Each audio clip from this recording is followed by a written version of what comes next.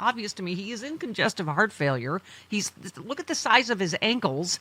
It has had at least one stroke. I mean, people keep noticing when he falls asleep in all these meetings, the drooping mouth. He has dementia. Yes. Don't celebrate the genocidal maniac. Don't. Which one?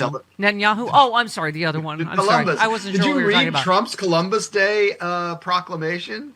It's truly insane Really? About restoring Columbus to greatness and how, because of Columbus, we got to July 4th, 1776. And it's just like this mind-blowing attempt to try to restore like all the history that we now know about Columbus and that was suppressed for years. He's like, no, we need to ignore that. That's just woke. Didn't he say like Italians were back? I don't really know what that means. Yeah. Okay. By the way, speaking of insane posts in the middle of the night, when was this? This was in the middle of the night a couple nights ago. He blamed a Capitol riot on President Biden, claiming the Biden FBI placed agents in the crowd on January 6th when he was president. So I'm not sure how Biden...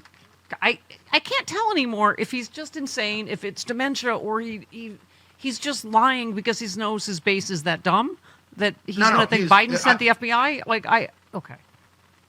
Who knows? Remember back when people accused Obama of ignoring things that led to 9/11. I mean, it's just Yes. I think it's generally that there's a segment of the population that is dumb enough to believe anything he says. Yeah, and it's sad. And like most lifelong liars, he's very, very specific.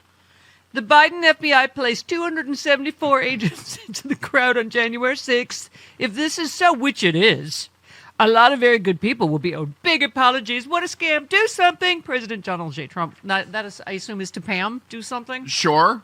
About Biden putting the FBI into the... Okay. Thank you for your attention to this matter. Thank you. He did not thank me for what it could be now? Now it could actually be that every one of those that ends with thank you for your attention to this matter were meant to be private messages. Every single one of those. That's true. Since we now know that the Bondi thing was supposed to be a private message.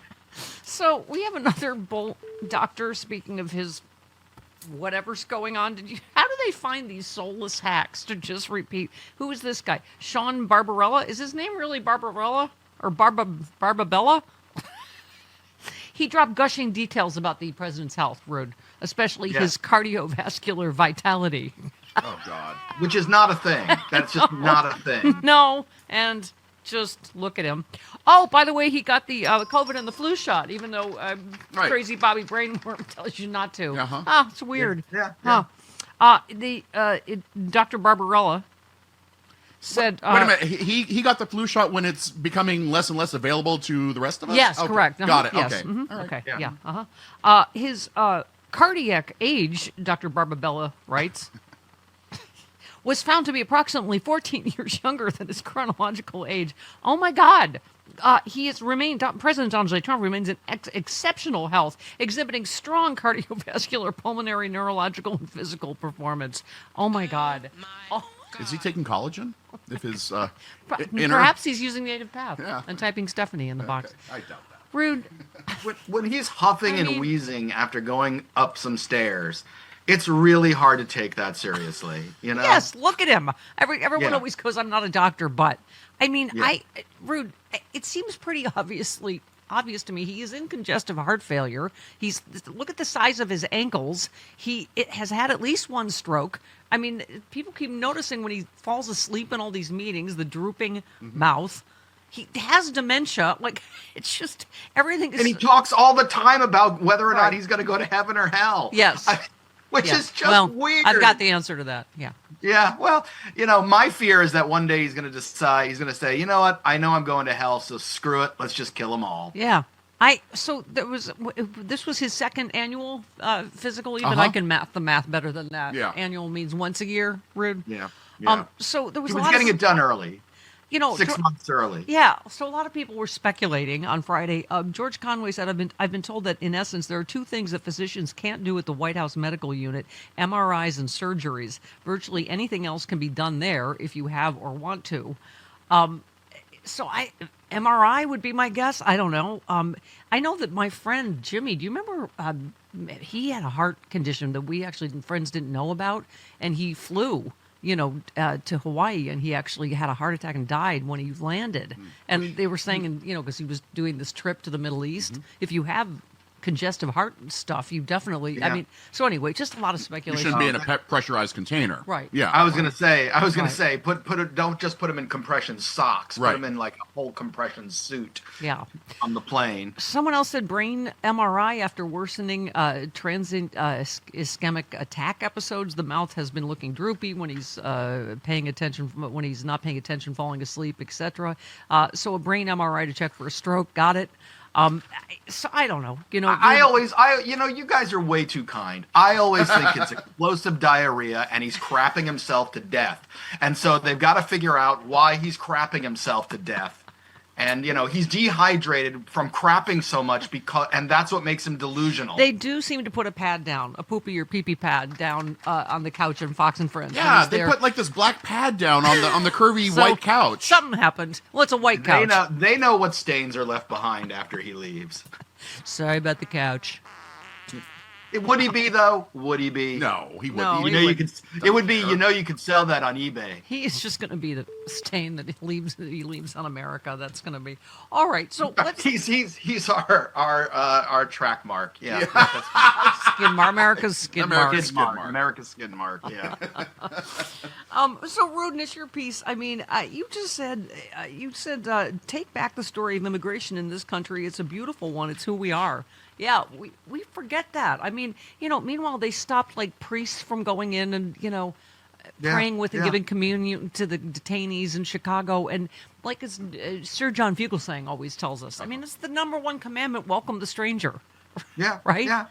I mean, and putting all that aside, it's just Democrats have to stop going along with whatever story Republicans are telling. They have to stop every time a crime is mentioned. They don't have to automatically knee-jerk jump in with, well, we're going to get tough on the border too stuff. It needs to be, okay, but there's this other story of immigration in this country that is actually the more important story, and tell that story instead. I mean, we'll take the good news wherever we can, right? A federal appeals court said Saturday it will not allow Trump to deploy National Guard in Illinois, largely preserving a ruling that suspended his administration's campaign to send troops into Chicago. Rude, I gotta say, I'm so proud of my Chicago peeps, my Portland peeps. Keep it weird. Yeah. It's, But the thing is that they're already all over Chicago. I mean, friends of mine in Chicago are talking about helicopters, all day, all night, flying around, searching for people. Blackhawks. Blackhawks. Yeah, I mean, and as Kamala Harris said this weekend, guess what Blackhawks are used for? War. So yes, he's at war. With his own country. And the thing that also gets lost here, and again, this is where Democrats can come in and say, this is all to round up people for a misdemeanor at best. Yeah. Or to be, draconian about years old crimes that might affect immigration procedures. And that's it. That's it. I mean, the disproportionate use of force here is tremendous. The waste of resources. When you have 8 SUVs of agents rolling up to an elementary school, you're not doing anything, but you think you're intimidating people, but what you're really doing is pissing them off. Yeah. And which I think might also be part of the purpose, is try to push them to enough violence where you can declare the Insurrection Act or whatever. Yeah. I mean, who knows what evil crap they're up to in all of this. Well, Although, I tend to think it's just they want to show they can use force against the brown people because that makes all their white people happy.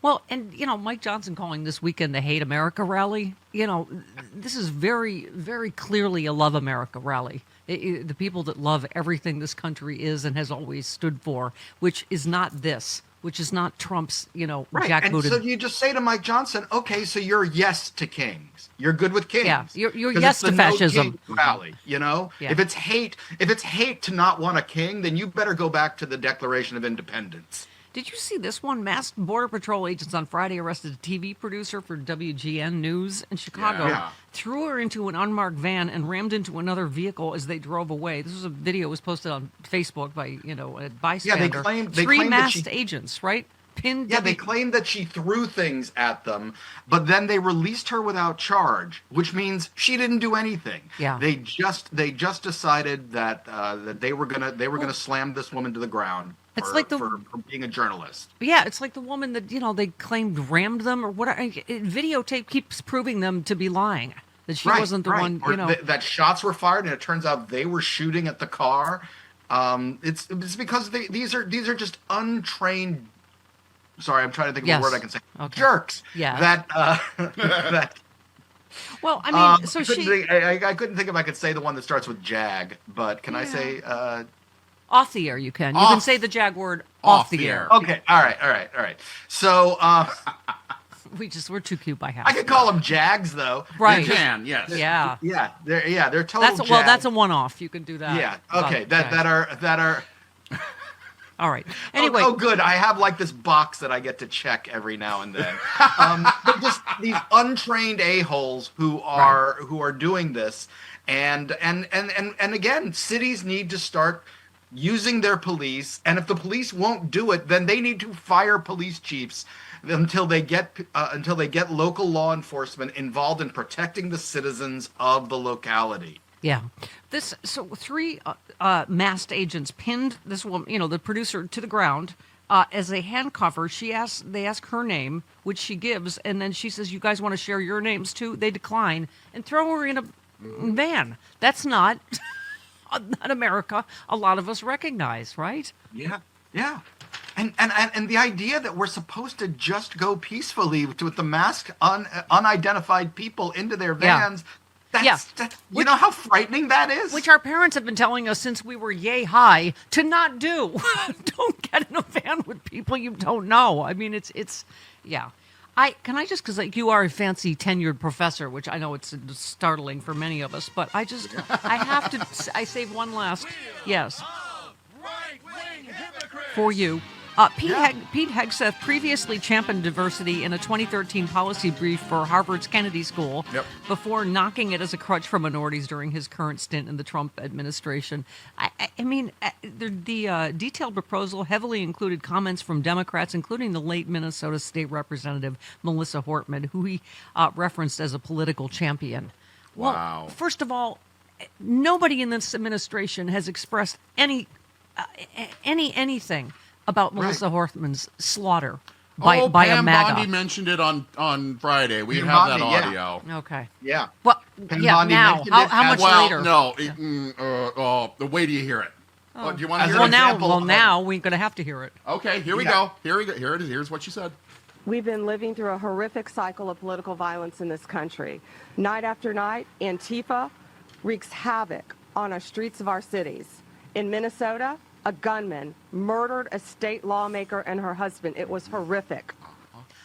Antifa? And The maggot with the list of Democratic officials to kill was... that is amazing. I mean, that is some quality lying right there. Yep. But just quickly, I know you got to go to a break. Yes. But on the Pete Hegseth thing, I mean, it's because it's obvious. Everybody in academia knows that diversity strengthens programs. Yeah. I mean, it's just something that we all believe. And Hegseth, when he was, had to be a normal human being, understood that. So, it's just as if they just hand their soul over to Trump. And any principle they ever had. It's astounding. It really is. They hand their soul and they're given back knee pads. Oh, good. We end on a rude note. Uh-huh. I do have to go to a break, but you hang up first. I wanted to talk to you both, Yahweh and Yesh, because I wrote a book, and it's about you guys. But it's really about some of your fans, the mean ones, the racist ones, the homophobe ones, the ones who don't like women. You guys come off really well in the book. Jesus, you come off really good in this book. Yeah, I've heard that when people talk about the Bible, they tell me that God, you come off really well. Said no one ever. Jesus comes off really well. Yeah, no, God, You're very impressive, God. I don't want to say the wrong thing, but there's some moments, Almighty, where you're kind of the alcoholic step God. You know, if you know what I'm saying. But Jesus, he's chill throughout. Like he's proof of evolution. But John, people have been twisting my message, right? And that's what this book is about. It really is, Jesus. I mean, I've gone through this book of yours many times. You never said anything against the gays. You never said anything against women having to be forced to be pregnant. I mean, you're not against abortion. You're against the death penalty, Jesus. I know that. You're like your dad in that you tell us to welcome the stranger. Yeah. I mean, the right people are twisting my message left and right, and we can't take it anymore. So we're so excited to have this book, a really rock solid resource to show people what the Bible actually says. And that's why we love you, John. You're spreading our true good word. Simon & Schuster's Avid Reader Press presents Separation of Church and Hate, the bold, hilarious new book from John Fugelsang.